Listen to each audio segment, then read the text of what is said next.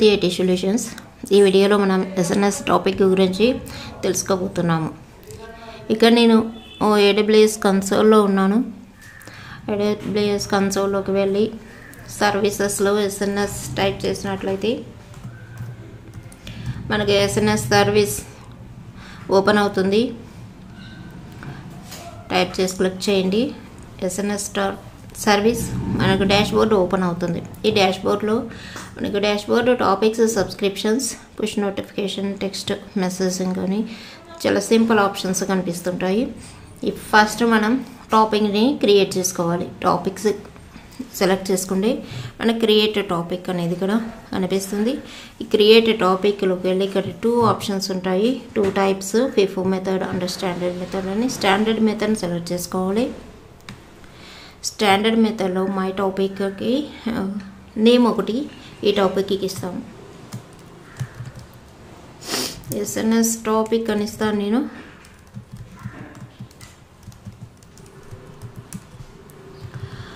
లేకపోతే my SNS topic అని ఇస్తాను నేమ్. ఇక్కడ డిస్ప్లే నేమ్ కూడా సేమ్ ప్రొవైడ్ చేస్తాను.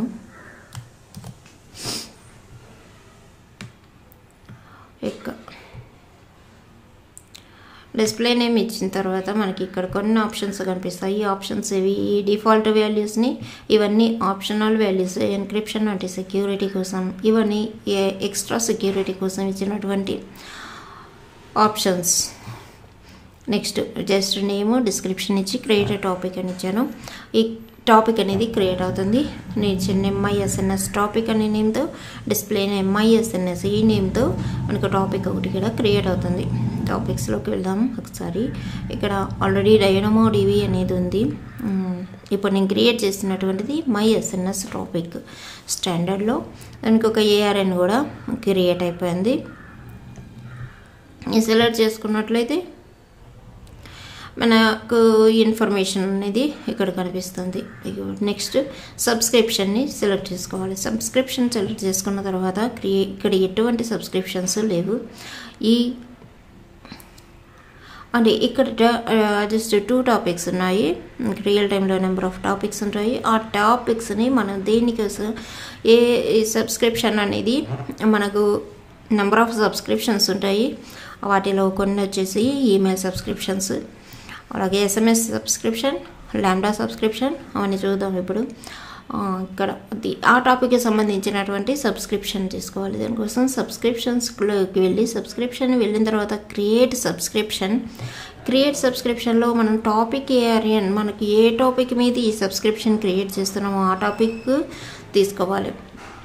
ఇంకా నేను మై ఎస్ఎన్ఎస్ టాపిక్ అనేది క్రియేట్ చేశాను. ఆ టాపిక్ని తీసుకుంటున్నాను. ఇక్కడ ప్రోటోకాల్స్ మనకు సబ్స్క్రిప్షన్, ఈ ప్రోటోకాల్స్ ద్వారా మనకు మెసేజ్ నోటిఫికేషన్ అనేది వెళ్తుంది. అది సింపుల్ నోటిఫికేషన్ సర్వీస్ ద్వారా ఈ ప్రోటోకాల్స్కి నోటిఫికేషన్ మెసేజ్ అనేది వెళ్తుంది. ఇక్కడ నేను చూపించబోతున్నది ఈ వీడియోలో SQS చేయట్లేదు. Lambda function, email and SMS ఈ 3 ఈ వీడియోలో చూపించబోతున్నాను. దానికోసం ఫస్ట్ ఈమెయిల్ సెలెక్ట్ చేసుకుంటాను. ఈమెయిల్ సెలెక్ట్ చేసుకున్న తర్వాత మనం ఇక్కడ ఈమెయిల్ ప్రొవైడ్ చేయాల్సి ఉంటుంది. ఇక్కడ నేను నా ఈమెయిల్ ఇస్తాను. jyoti.devops198@gmail.com. ఈ ఈమెయిల్ని నేను ప్రొవైడ్ చేస్తున్నాను. ఈ email address don't message my email and mobile numbers. ఇక్కడ మనకు కనిపిస్తుంది after your subscription is created you must confirm it అనేది. అంటే ఇప్పుడు సబ్స్క్రిప్షన్ క్రియేట్ చేసిన తర్వాత మనం ఈమెయిల్కి వెళ్ళి ఆ కన్ఫర్మేషన్ని ఇవ్వాలి. అందరికీ తెలుసు అనుకుంటాను ఈ చిన్న సింపుల్ థింగ్స్ కూడా. కాబట్టి నేను ఇక్కడ పాస్వర్డ్ మర్చిపోయాను. ఈ మెయిల్ ఐడికి నా మొబైల్లో కన్ఫర్మ్ చేస్తాను. ఇక్కడ క్రియేట్ సబ్స్క్రిప్షన్ ఇస్తున్నాను. ఎవరు మెయిల్స్ చేయొద్దండి. ఆ మెయిల్ ఐడి నేను అసలు యూజ్ చేయను. మనకి ఇక్కడ క్రియేట్ అయింది సబ్స్క్రిప్షన్. పెండింగ్ కన్ఫర్మేషన్ అంటే నేను ఇప్పుడు కన్ఫర్మ్ చేసిన తర్వాత మాత్రమే అది యాక్టివ్లోకి వస్తుంది, కన్ఫర్మ్ అవుతుంది. 1 సెకండ్ కన్ఫర్మ్ చేస్తున్నాను.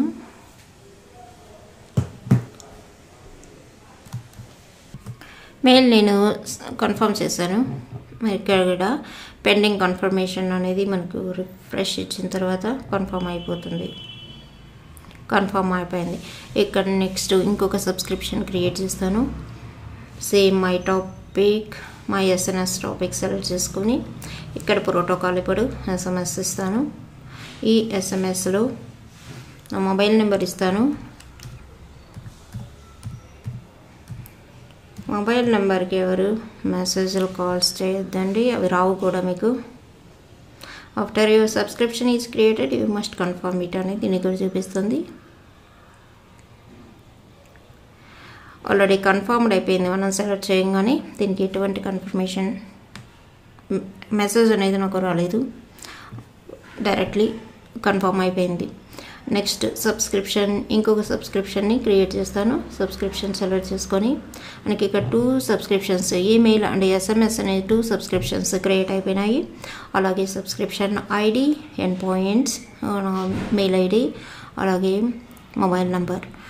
క్రియేట్ సబ్స్క్రిప్షన్లోకి వెళ్ళి థర్డ్ సబ్స్క్రిప్షన్ అంటే నేను ల్యాండా కూడా ఇక్కడ చెప్పబోతున్నానని చెప్పాను. దానికోసం ల్యాండా ఫంక్షన్ని AWS ల్యాండాని సెలెక్ట్ చేసుకుంటాను. AWS ల్యాండా సెలెక్ట్ చేసుకున్న తర్వాత ఇక్కడ ఎండ్ పాయింట్ అనేది మనం ఇవ్వాలి. ఎండ్ పాయింట్లో మనం ఈమెయిల్కి అయితే ఈమెయిల్ అడ్రస్ ఇచ్చినాము,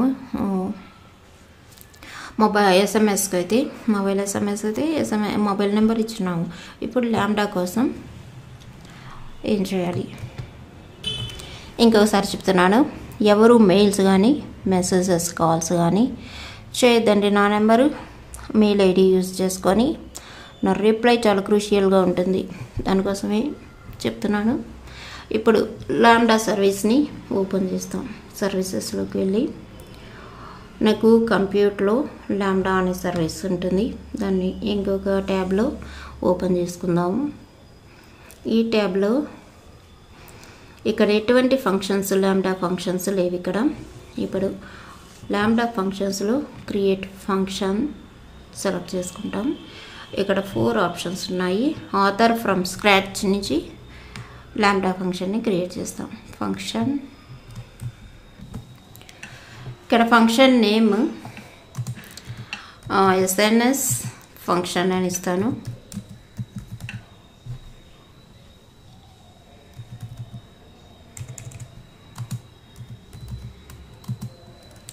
ఎస్ఎన్ఎస్ ప్రాసెసర్ అని ఇస్తాను.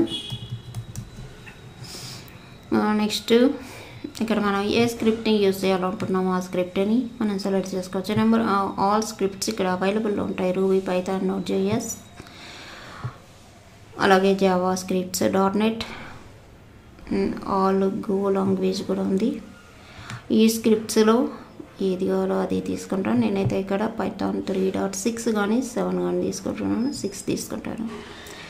ఏదైనా వర్క్ అవుతుంది, 6 అయినా 7 అయినా. ఇప్పుడు క్రియేట్ ఫంక్షన్ ఇస్తాను.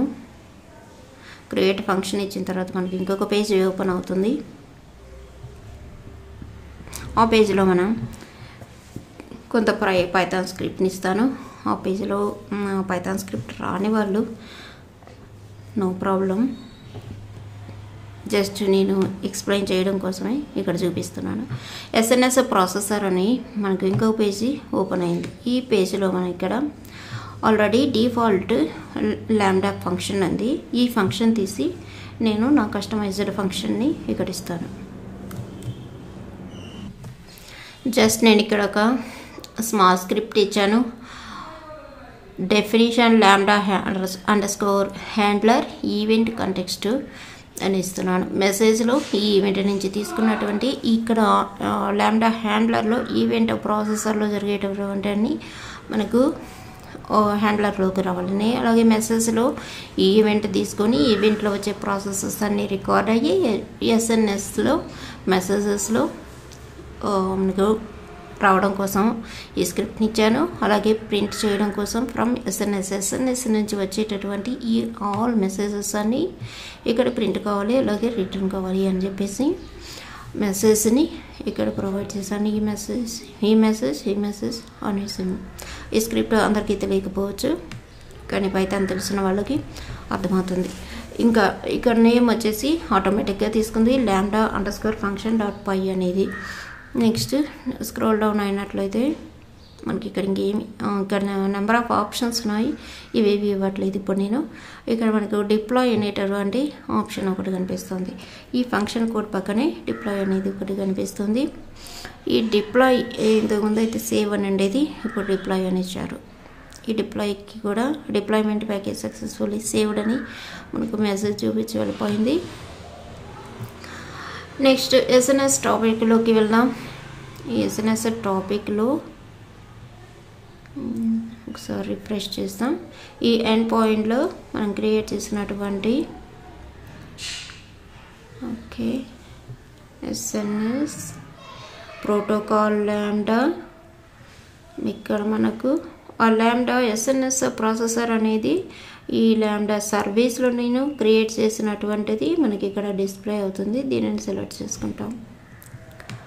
చూసారు కదా, ఈమెయిల్కి ఎలా ఇస్తాము, ఎస్ఎంఎస్కి ఎలా ఇస్తాము, ల్యాండా ఫంక్షన్కి ఎలా ఇస్తాము, ఇంకా ఏదైనా అదర్ ప్రోటోకాల్స్ సెలెక్ట్ చేసుకున్నప్పుడు మనకి ఇక్కడ కనిపిస్తుండేటటువంటి ఎస్క్యూఎస్ వాటికి సంబంధించినటువంటి వాటికి రిలేటెడ్గా ఉండేటటువంటి ఎండ్ పాయింట్స్ మాత్రం మనం కంపల్సరీగా సెలెక్ట్ చేసుకోవాల్సి ఉంటుంది. ఇప్పుడు క్రియేట్ సబ్స్క్రిప్షన్, ఇక్కడ ల్యాండా ఫంక్షన్ కోసం ఈ సబ్స్క్రిప్షన్ని ఇప్పుడు ఆల్రెడీ నేను 3 సబ్స్క్రిప్షన్స్ని క్రియేట్ చేశాను. ఇక్కడ మనకు కన్ఫర్మ్ అయిపోయింది. ఓన్లీ ఈమెయిల్ మాత్రమే కన్ఫర్మేషన్ అడిగింది నాకు. ఇక్కడ ఇంకా ఎస్ఎంఎస్ కానీ ల్యాండా కానీ ఆటోమేటిక్గా కన్ఫర్మ్ అయిపోయింది. ఒకవేళ ఎస్ఎంఎస్ కూడా మీకు కన్ఫర్మేషన్ వస్తుంది సమ్టైమ్స్. ఇప్పటివరకు టాపిక్ని ఎలా క్రియేట్ చేసాం, ఆ టాపిక్కి సంబంధించినటువంటి సబ్స్క్రిప్షన్స్ని ఎలా క్రియేట్ చేసామో చూసాము. ఇప్పుడు టాపిక్స్లోకి వెళ్దాం. లెఫ్ట్ సైడ్ టాపిక్లోకి వెళ్ళి మనం ఇచ్చినటువంటి మై ఎస్ఎన్ఎస్ టాపిక్ని సెలెక్ట్ చేసుకొని పబ్లిష్ మెసేజ్ని సెలెక్ట్ చేసుకుంటాం. ఇప్పుడు పబ్లిష్ చేయాలి అంటే మెసేజ్ని ఇక్కడ సబ్జెక్ట్ ఒకటి ఇవ్వాలి. ఈ సబ్జెక్ట్ కోసం సబ్జెక్ట్ ఏదైనా ఇస్తాం. My SNS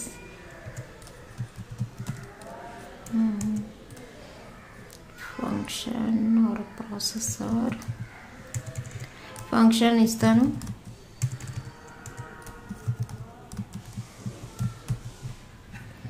next time to live ఏమీ ఇవ్వట్లేదు.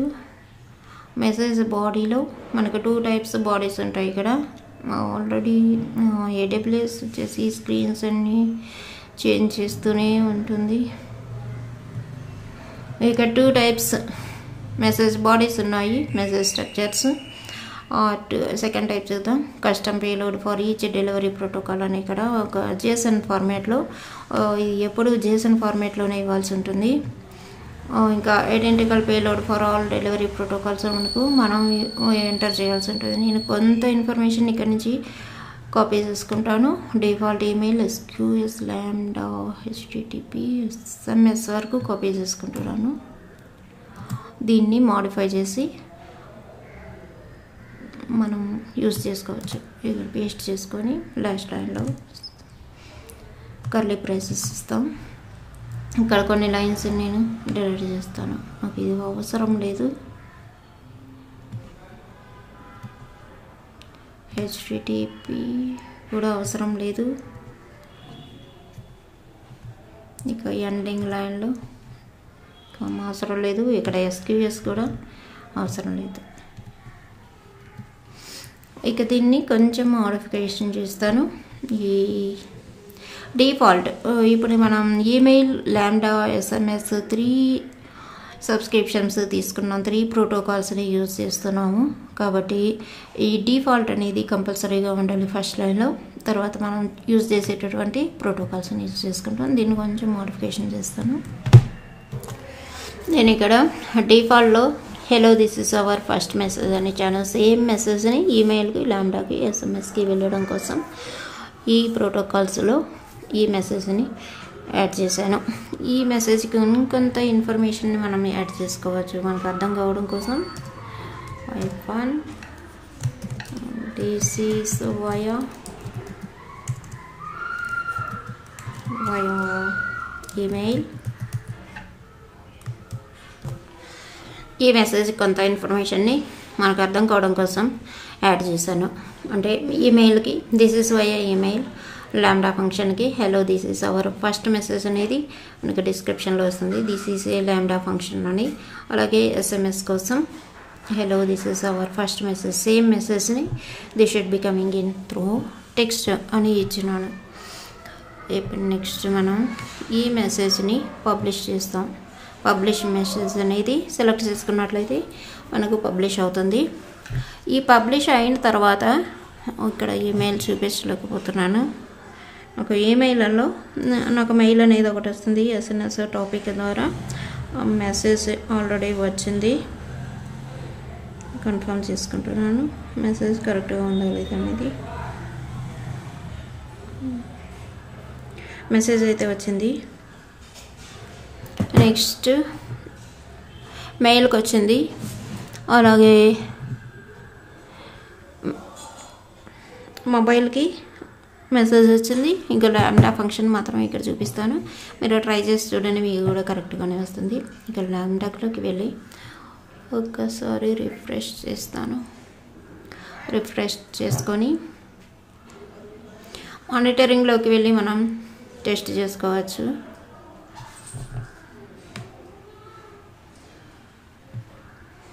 మానిటరింగ్లో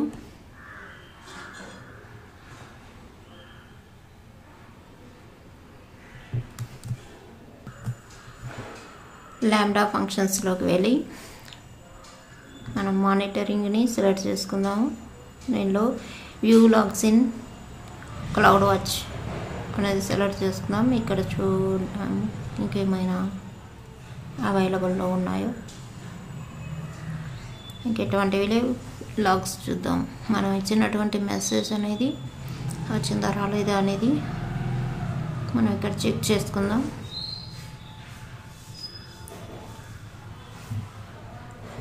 ఓకే,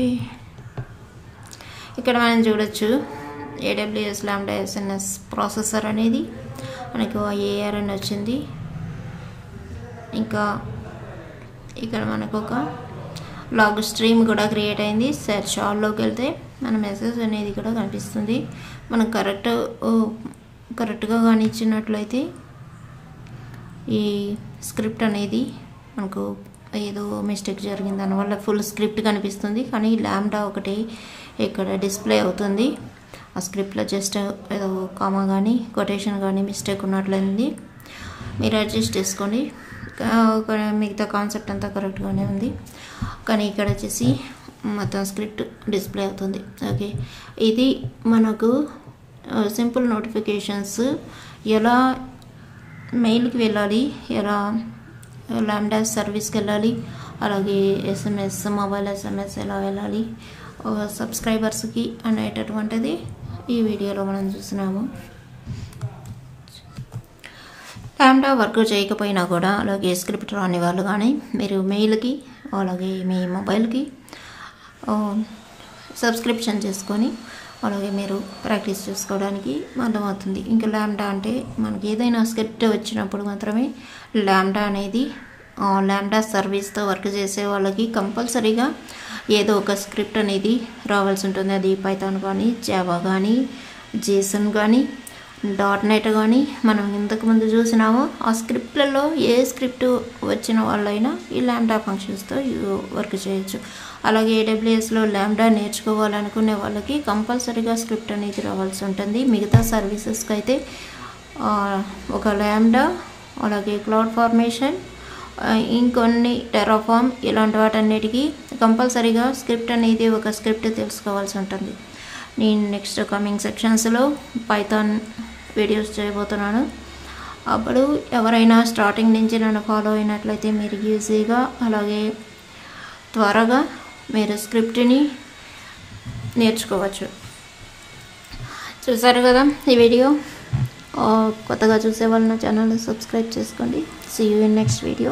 థ్యాంక్ యూ.